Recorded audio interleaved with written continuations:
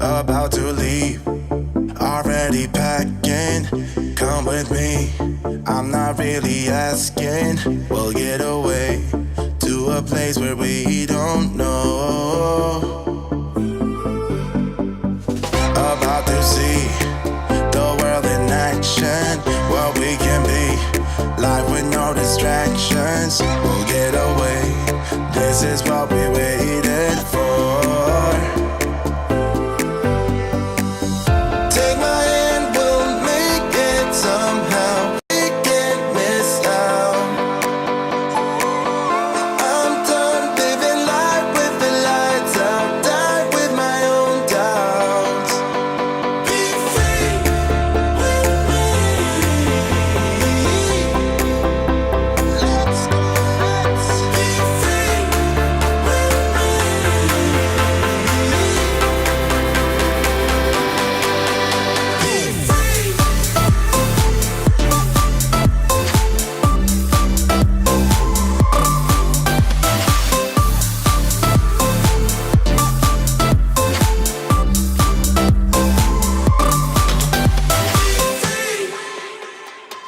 Now looking back, eyes on the freeway, Bonnie and Clyde, a classic cliche. We're on the run, this is what we waited for.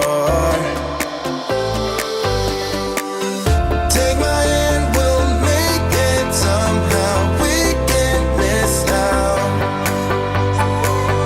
I'm done living life with the lights out, die with my own doubts. Be free.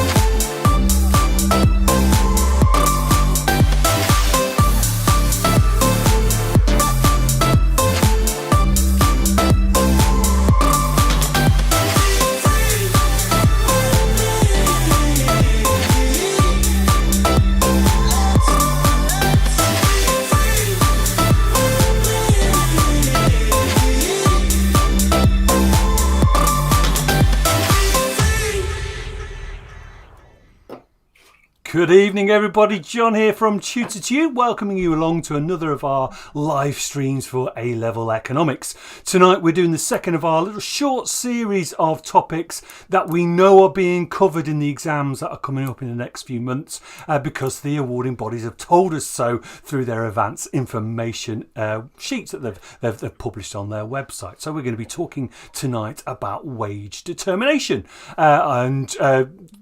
lovely to have you with us if you're joining us live. We always like to see people who are live and who are ready and willing to answer the questions that we've got for you tonight using the chat window available to you in YouTube. And if you're watching this on replay, please, we would still love to know what your thoughts are at some point, but of course you can pause the video as you go along and take a little bit more time over the activities. Just before I start though, just a quick reminder to you, if you didn't know, and if you don't know, I don't know why not, but if you're not aware, the Tutor to You team are going live and out and about in just a couple of weeks' time. We're delivering our grade booster digital workshops in cinemas, starting off in London in 2 weeks' time, and then travelling all the way around the country. So if you've not looked at the details there or had those details shown to you by your school, have a look at those, and we would love to see you genuinely live, and that'll be absolutely wonderful if we actually saw some real faces whilst we're doing our activities like the ones that we're going to be doing tonight. Of course, I'm joined by two of our most popular presenters tonight. We've got Kathy in the middle of the screen and Penny on the right hand. Good evening, both. Hi there. Hello. Lovely to see you. Good. It's good to see you too, Penny. Good to see you both. So I think we're ready to get started. Shall I pass it over to you guys? Let's go for it. Let's go. Okay, so welcome. And we've got a different sort of start to the session this evening. Quite often we start with multiple choice questions. Bit of a change today. We're going to give you a 30-second challenge. So a question is going to come up on the screen, and guess what? You'll have 30 seconds to have a go at answering it. And as John was saying, please, as soon as you think you've got the answer, type it in on the chat window and we'll see what answers come through. So can we have a look at the first question, please, John? Here we go. This is your warm-up quickfire question. So have a very careful look at the graph here. And what you have to do is look at the shift in labour supply that's illustrated and think about what could cause it in 30 seconds, starting now.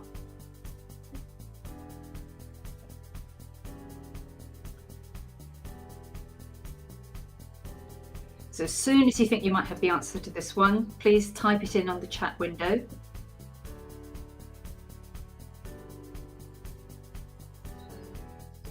Oh, Kara's come up with a quick answer. Well done, Kara.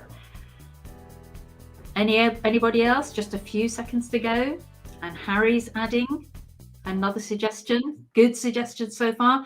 Any more to come in? I know that we can have a slight delay sometimes on the chat window, so I'll just give a bit more time. There we go. Lots of suggestions coming in. Great. Okay, some very good ones there as well, from what I can see. Increase in labour supply. That's right. So what we can see exactly on the graph here is that we've got an increase in labour supply. Remember, the supply of labour is us. It's people wanting to get out there and work, and the labour demand for labour comes from the employers. So let's have a look at some suggestions that we've got here. I think many of those ideas that you've come up with have come up here. So we've got net inward migration of suitably qualified and experienced workers. I think that was the very first suggestion we had from Kara. And then we've got fall in relative pay or earnings in substitute occupations. So that might mean that those occupations, those other occupations become less attractive. So people are more interested in this industry. And we've also got lower entry barriers to this particular job. That was Harry's suggestion. And that would mean that it's easier to join the labour supply. So any of those, and some other very good suggestions coming through there as well. Change in the population could be that. Deregulation of labour laws leading to a brain gain. That's an interesting one. Decrease in the age of the state pension. A decrease in the age of the state pension. I wonder if what that would do. That would mean that people got their state pension earlier, wouldn't it? So maybe actually that would shift things in the other direction. Maybe that would mean that fewer people wanted to supply their labour. But some great answers there. Thank you. Right, let's have a look at your next question.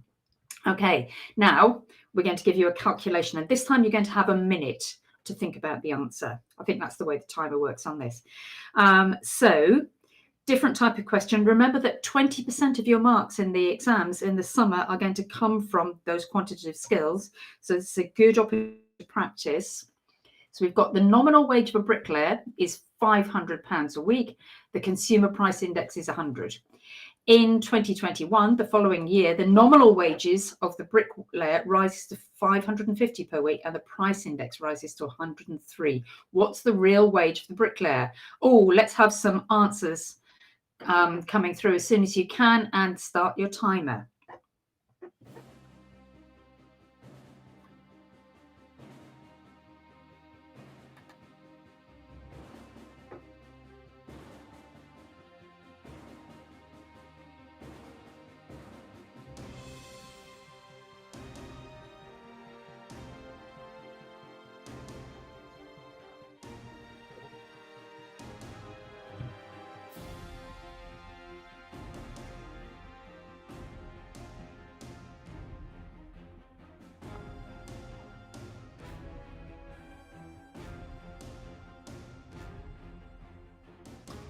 So I can see quite a number of answers coming through. Well done. Keep them coming.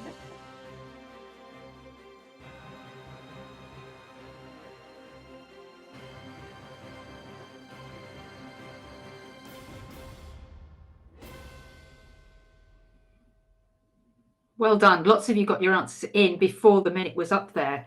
And I can see there's quite a number of answers coming through roughly the same at £533.50p. There's a couple of people going for £534, so you presumably have rounded up to the nearest pound. Let's have a look at the correct answer, shall we?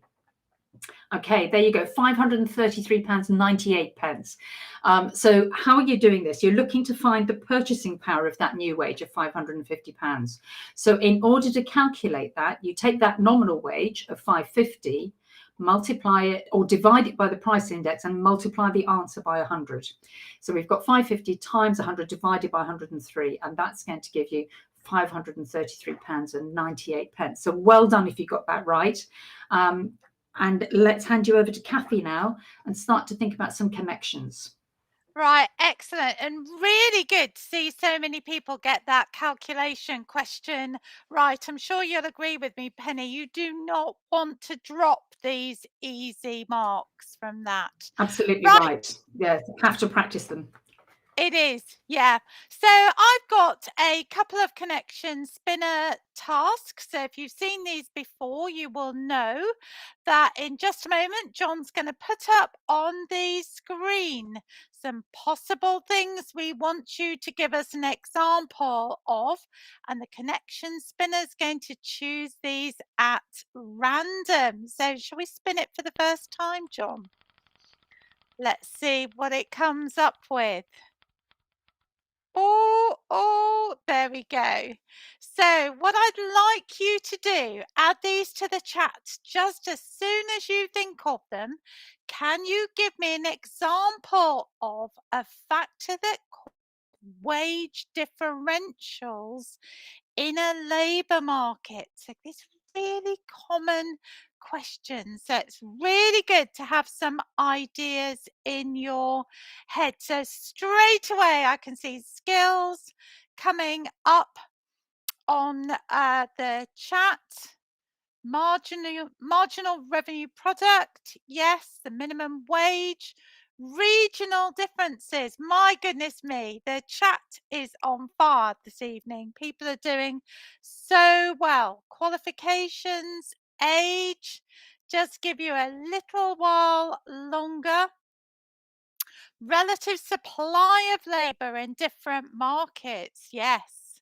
So some really, really good answers. I can see tutors to you going, wow, excellent answers. And they are. They absolutely are.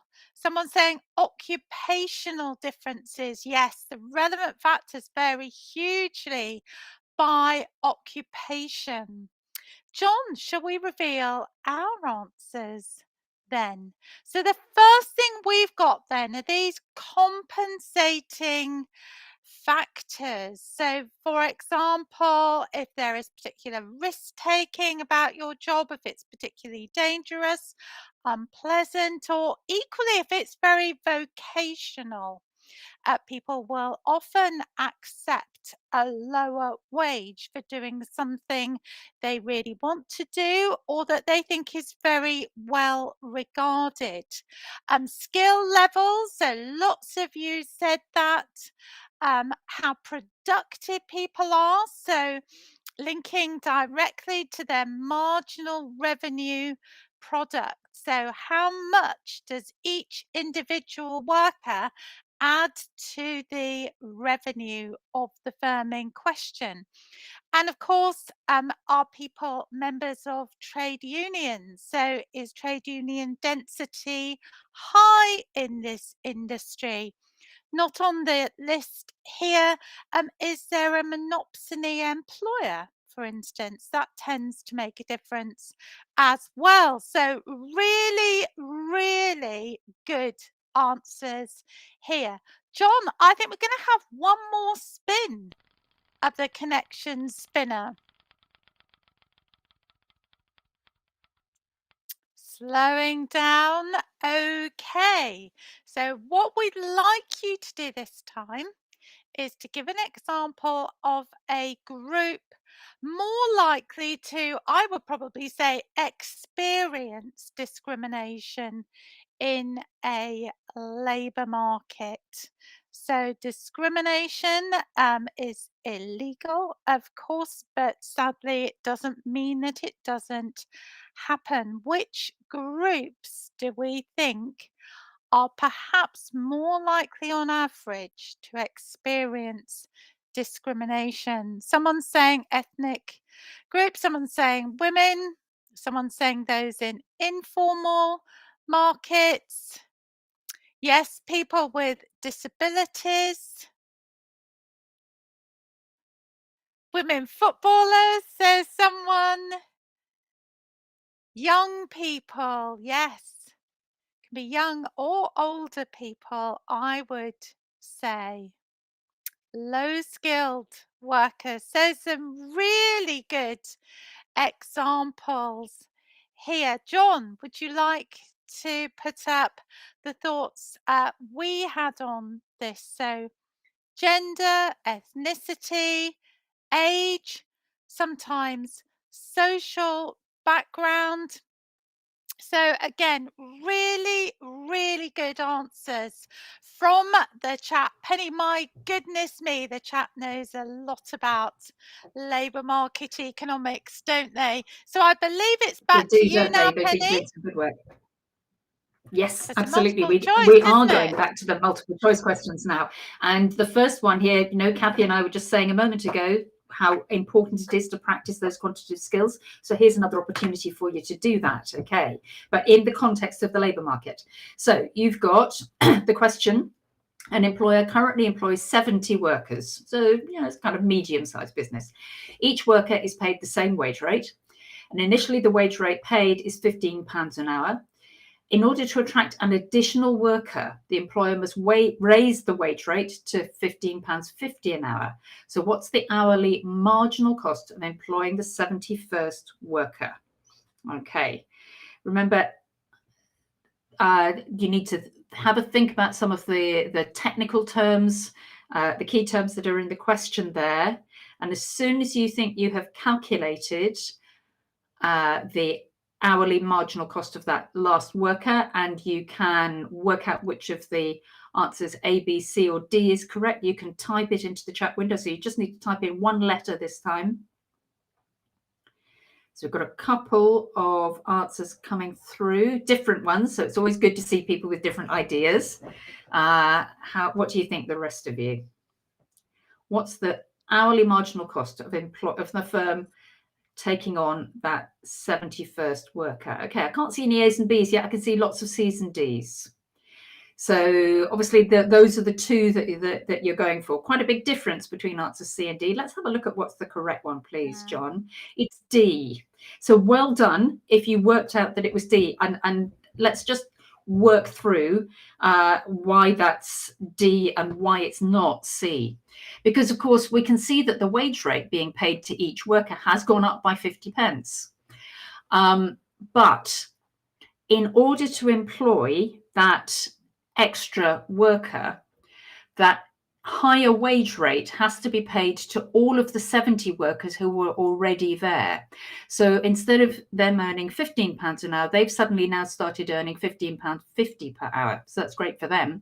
So the marginal cost for each of those 70 workers is 50 pence. So that's £35. And then also, of course, we've got the additional wage rate for the 71st workers. That's another £15.50. You add those two together and you get to £50.50. Okay, so in answer to the question that I can just see on the chat window there, does the wage rate rise apply to all of the workers? Yes, it does. Okay, so that's how we have to do it. Okay, let's have a look at another multiple choice question.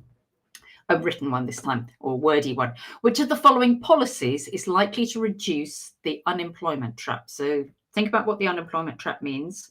I'll talk a little bit in a moment about what the definition of that is if you're not sure. But if you think you've got a good idea of what it is, think about what causes it in order to find a solution for it. Would it be A, the solution, a lower personal allowance value, or B, a higher minimum wage rate, or C, removal of preschool childcare subsidies, or D, faster removal of means-tested benefits when you're entering work? Harry came up with one very quick answer and then changed it, I think, to something else.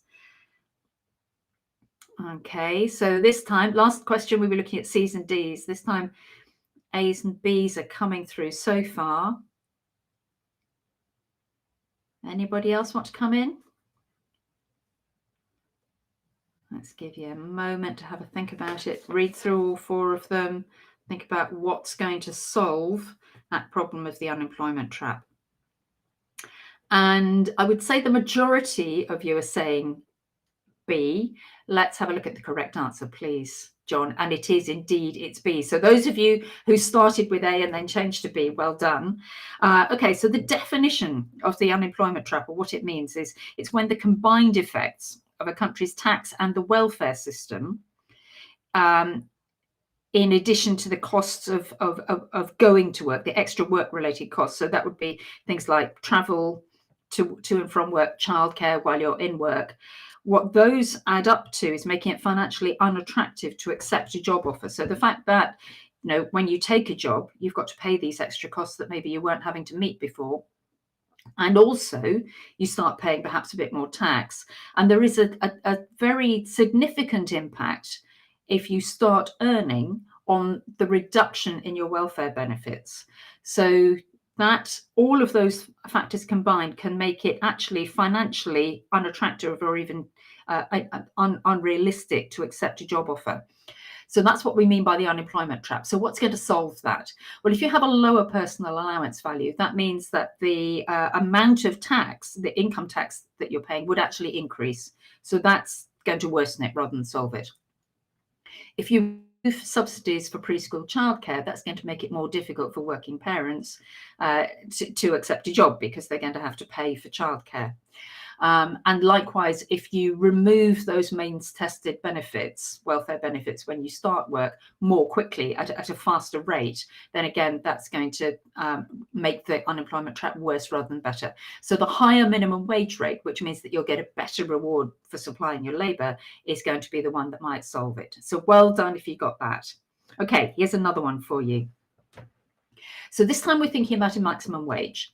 The imposition of a maximum wage below the free market equilibrium wage rate would lead to which of these 4? If always a good idea with these to quickly sketch the diagram that shows that, so that then you can probably see much more quickly what the correct answer is likely to be and which of those 4 options is not appropriate. It doesn't sort of suit the question that we've given you here. So which do you think it's going to be? Is it excess demand for labour, excess supply of labour, an increase in the going wage rate, or no change in the wage rate? Okay, Isaac is through first, and he's being followed by lots of other people who are all saying A. Looks like there's complete agreement on that in this one. Let's have a look, John. Are they all right? Yes, they are. Well done. Okay, so if you've got a maximum wage, that means, doesn't it, that it's going to be set below the equilibrium wage rate. So you're not going to get an increase in the going wage rate. You're actually going to get a fall in it. Therefore, it's not C and it's not D. The excess supply in that labour market would apply when you get a minimum wage, but excess demand at the lower wage rate is the correct answer there. Okay, one more for you to have a look at. And this one, now, can you think back to the very first exercise we did today where you had that 30-second challenge with the graph? Okay, here we're asking you about the likely impact of an increase in inwards migration of workers to an economy is what? What's going to shift? Is it going to be demand for labour or supply of labour that will shift? Will it shift inwards or outwards? And what's going to happen to the wage rate as a result? Is it going to rise or fall? Okay, and again, we've got almost complete agreement, I think, so far on A. Very quick decisions being made here. Lots of people thinking back to what that graph looked like. And I think, John, if we have a look at the correct answer, we're going to see that you're all right. Well done. Okay, so this increase in inwards migration of workers means you've got more workers available, doesn't it? So you've got an increase in the supply of labour.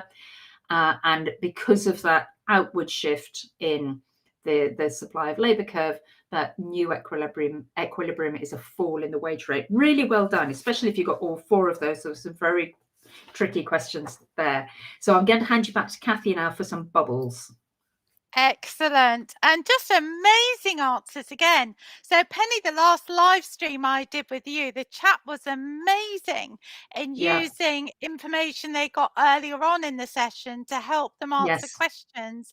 And I think this chat's even better at it, actually. So, It's bubble getting a high quiz standard. time. Yeah, absolutely. Bubble quiz time now. So, if you're familiar with this, you will know already. But if you're new, so the bubble quiz differs from multiple choice in that there isn't necessarily one right answer. There could be any number of correct answers from 0 all the way through to 4. So, John, would you like to give us the first bubble quiz then? So the question, which of the following characterize a perfectly competitive labour market? A, B, C, D, or any combination of these? So I can see someone said C already. Is it only C though? Is that correct? Remember, it can be none or any number of them are correct. So have a little bit of a think. Most people certainly think C is correct.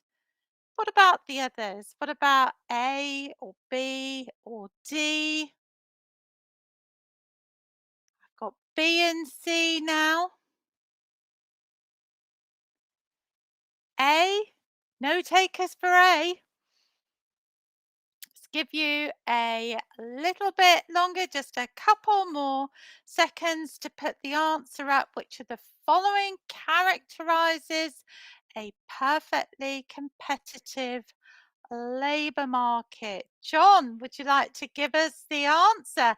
Right, so everyone that's saying C is absolutely right. So we have many firms all hiring homogenous labour. So homogenous, absolutely identical. My understanding as well is that the firms in perfectly competitive labour markets are also homogenous. So firms have no preference at all which workers they're going to employ because they're exactly the same. And workers have no preference either as to which firm they're going to work for because they are exactly the same.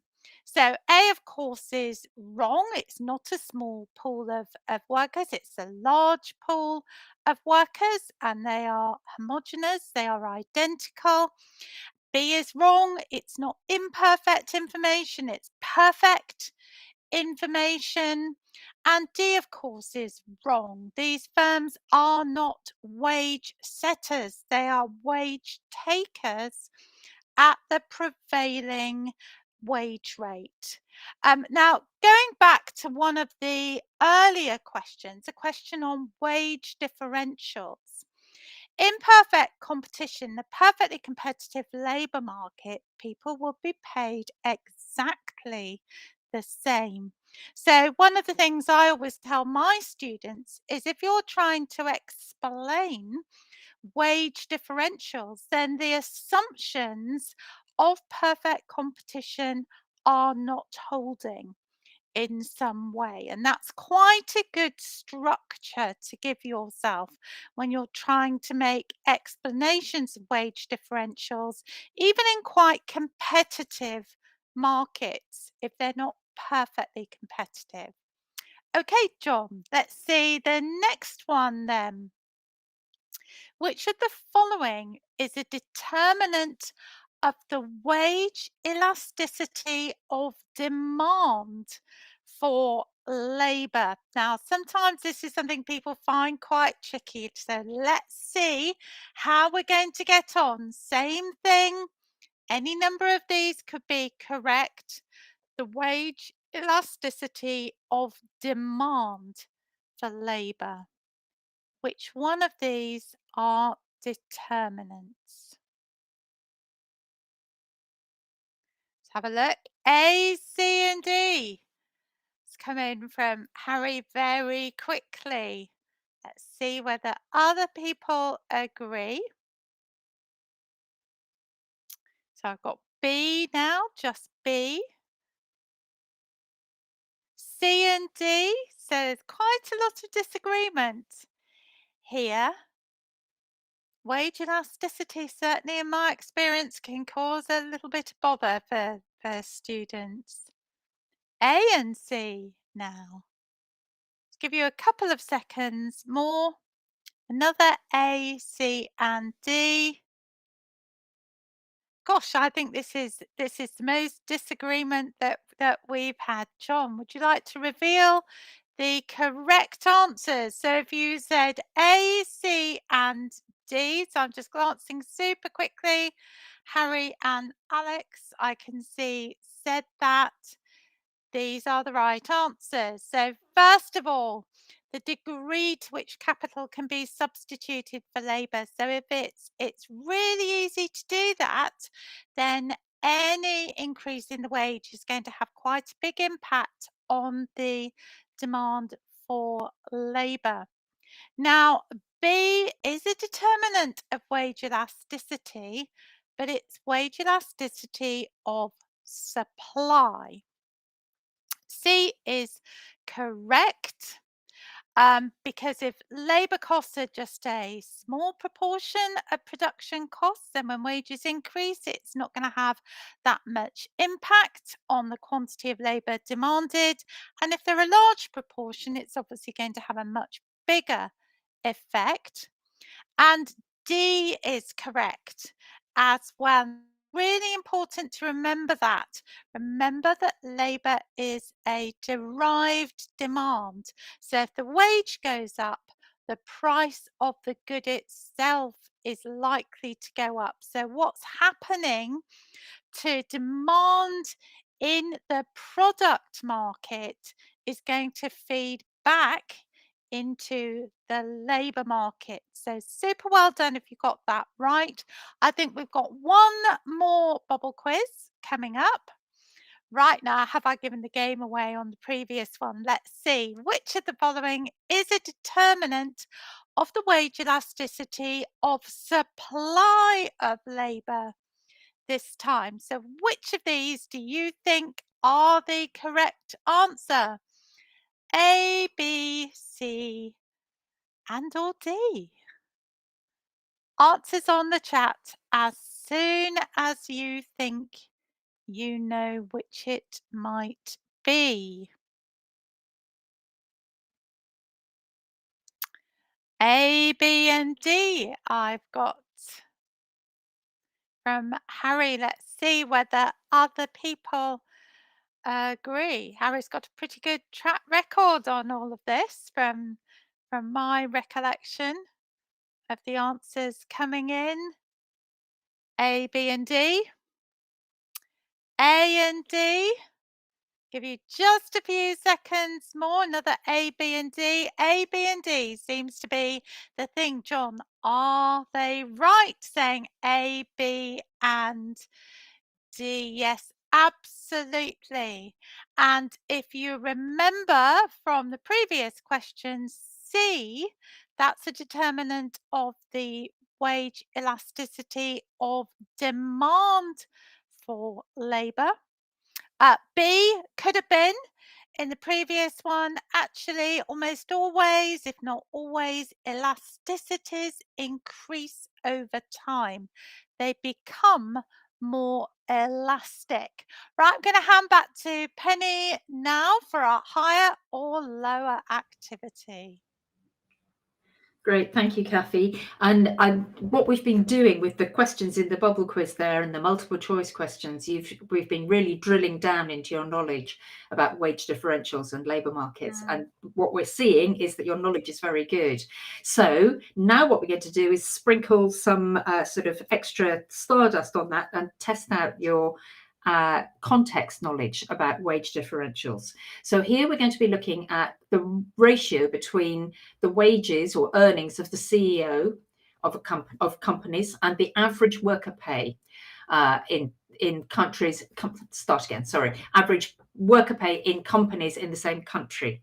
So the ratio between those two, don't necessarily expect you to know these, but it's quite useful to have a rough idea within the UK, and then perhaps how it differs in other countries as well. So what do you think might be the ratio between the pay of CEOs and the pay of the average worker in the UK? We'll give you that number in a minute. I wonder if anyone wants to have a go at just an estimate of what you think that ratio might be. How much higher do you think the CEO's pay is compared to the average worker? Any suggestions there? How many times more do you think that CEOs tend to get paid? Okay, Joe is saying 12 to 1. 20 to 1, says Alex. Harry's going higher on 30. Isaac's going higher still on 50. Okay, but I have to tell you, you're all way under the real number. Can we have a look, John, and see what it is? 201 times. So on average, CEOs get paid 201 times more than the average worker in the UK. Right, so that sets the scene for the UK. Now then, what about Penny, other countries? sorry to interrupt, Penny. And it was just because I was reading just before we started tonight. I don't know if anybody saw on the news last week about the Denise Coates, the CEO of Bet365. I don't know if you saw it, Penny. But she is the highest paid CEO in the UK. And they released the information last week that in 2021 she earned £300 million. £300 million. Now, the numbers are quite nice because actually the average pay for a worker at Bet365 is £30,000 a year. So Denise Coates is paid 10,000 times more than the average pay of a worker at Bet365. So it just goes to show about averages, doesn't it? Doesn't it? The 201, which you've just shown us there, is being skewed down.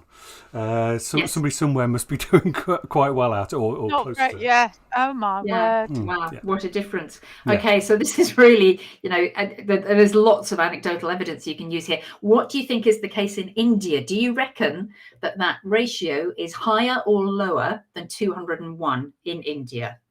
All you need to do is type in higher or lower. I'm not going to ask you for an actual number this time. So Joe reckons it must be lower because he's probably thinking that 201 is an awfully high number. But Isaac and Harry and Sam are both going higher. Okay, a few of you have a think about it. Oh, Joe's changed his mind. Okay, so we've got a couple of people going for lower, but mostly going for higher. Let's have a look, John. What is it? It is 229, so it is higher. It is higher still. Okay, what next? Which country are we looking at next? The US. Now, what do you reckon there in the US? Do you think that ratio is higher or lower than the 229 in India? Joe's going higher again. So is Harry. And what do they think? Isaac's going higher too. Could it be higher than 229? Sammy reckons not. He thinks lower. Okay, so we've got more of a split this time, haven't we? A few people saying lower, and probably equal numbers with those saying higher. Let's have a look at the real number, please, John. It is quite a lot higher, 265. I can hear the intake of breath there, Kathy. It's high, isn't it? Yeah, no, absolute intake of breath. Yes. Goodness. Yes, indeed. Okay, so Germany is where we're going next. Now, Germany, higher or lower?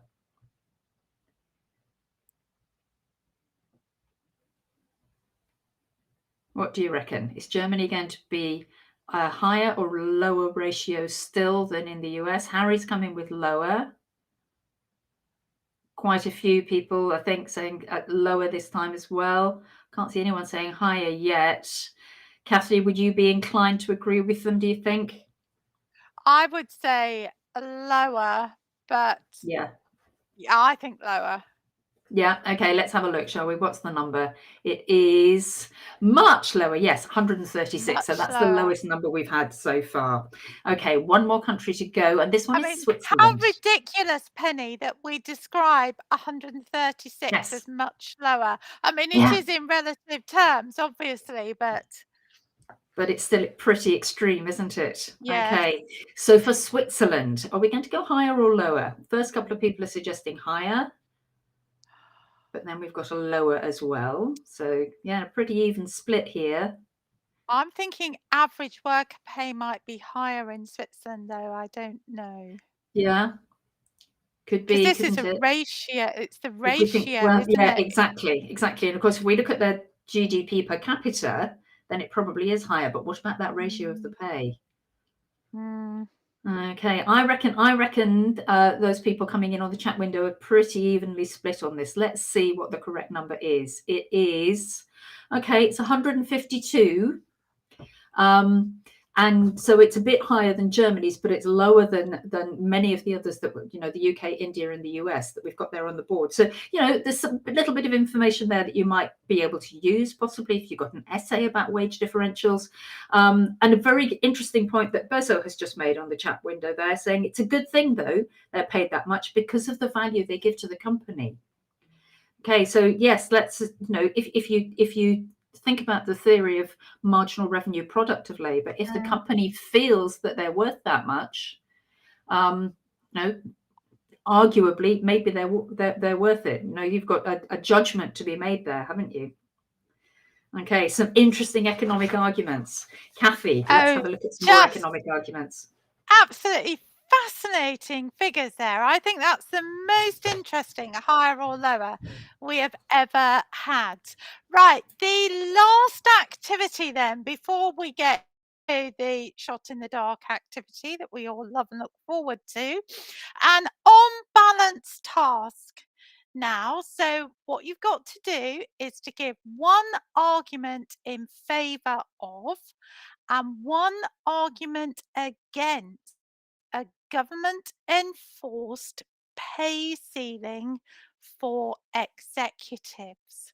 So we've already had a question on this, and think about Penny's advice to scribble a little diagram for yourself. Let's start with the argument for, first of all. Add to the chat if you can, and we've already had a comment on this on the chat. An argument, let's start with an argument for, though. A government enforced pay ceiling for executives. Why might you do this? So we've got comments about inequality, comments about distribution of income and improving that, comments about worker morale and fairness, I guess, there. Just give you just a couple of seconds longer. It's harder to type this, isn't it? There's more to type on the chat. So many thanks to those of you that are doing that. So other comments here are about reducing inequalities and achieving a more equal distribution of income. Someone saying might reduce firms' costs.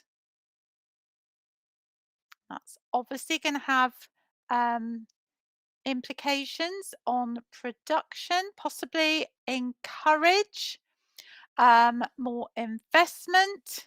So really, really good answers coming in. I'm not sure why you and I are here, Penny. I think the chat could almost do this themselves. Right, John, can we We'll get them have, to run it next time. then what I'm going to do, us out for job, which would be something, wouldn't it, on the session on labour market economics. Right, so let's have a look. We've got two answers on here. And of course, high levels of executive pay contribute to growing income and wealth inequality. So all of you that said trying to make distribution of income more equal is one reason why you might do this. Another reason is that people, in trying to get their bonuses that are part of their pay, may take decisions geared very closely to that. So you can have this bonus culture built around short-term decision taking. I can just see out the corner of my eye on the chat someone saying this might reduce FDI. Someone, I'm assuming now, has gone on to the disadvantages. So let's just have those added to the chat super fast. Then this is the last sort of formal activity before we come to shot in the dark. So we've got human capital flight, reducing FDI. Again, executives leaving the country, increasing brain drain. Might cause businesses themselves to move overseas, less entrepreneurial incentive. CEOs will be discouraged. Yeah, all really good arguments. John, can we see our two, please? Right, well, there's real danger, of course, that if you cap pay and bonuses, then what you may well do is to simply mean that executives are rewarded in other ways. So, for example, share options. And as the chat has rightly identified, adopting this type of ceiling might mean that you don't get talented executives moving to the UK for business. So really super well done. I am so impressed with the chat this evening. John, back to you, I think. Here it comes, the shot in the dark. Thank you, Kathy. You're not wrong as well. I can't remember a time when the quality of responses coming through from the chat have been so good. So good. I'm absolutely convinced that we're going to get the correct answer to this shot in the dark. They're bob on tonight because of the quality of students who have been taking part in this. So this is how we always finish off these economics live streams, by a question that you're not supposed to know the answer to. It's a question that requires you to have some sort of intelligent guess. And even Kathy and Penny don't know the answers to it, but of course they're very intelligent and very knowledgeable, so they'll have a really good guess at what they think the answer is to the question. Of course, please do take part in the spirit that this is meant, which is that have a go at answering it without looking it up on the internet. The answer is, of course, there, as is everything on the internet, isn't it? So let's have a look at the question. Here we go. In 2020, the average pay of men was 10.6% higher than the average pay of women in the UK. One of the world's most liberalised nations, but still 10.6% higher on average. What was the gender pay difference in 2021? Now, has it gone up? Has it gone down? What do we think? I mean, we know that the pandemic was still having a major impact on businesses and how they employed people in 2021. So do we think that pay difference has gone up or gone down? Surely it's gone down, surely. Who knows? Let's see what Penny and Kathy are just having a quick look on the chat. We've got G123 going with 12.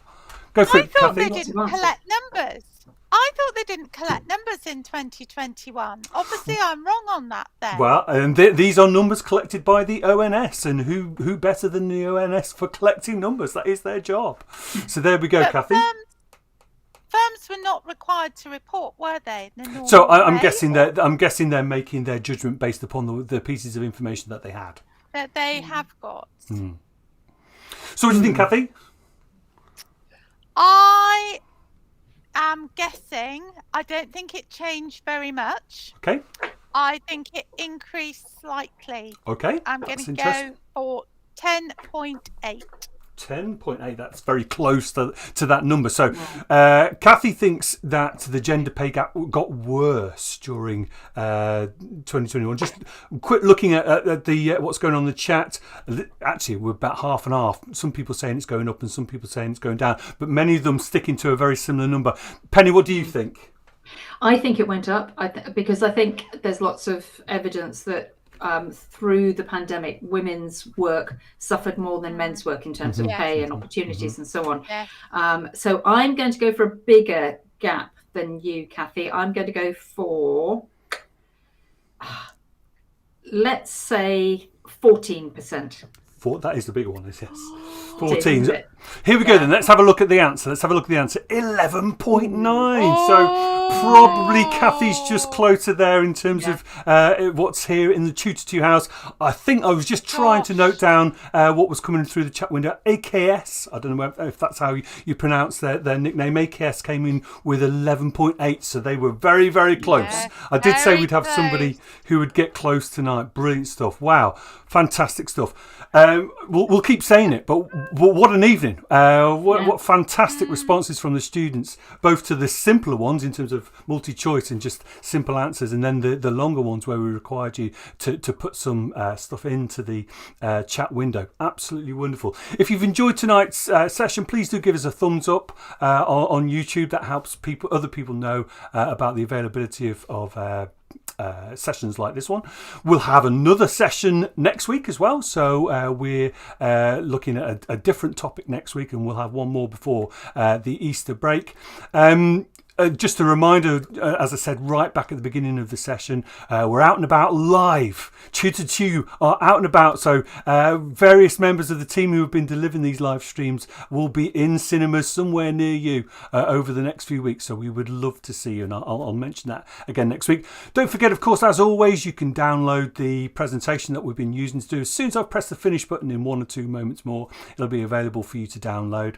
And as always, massive thank you to Penny and to Kathy. Wonderful stuff, wonderful presentation as always, and thank you for helping me put that together as well.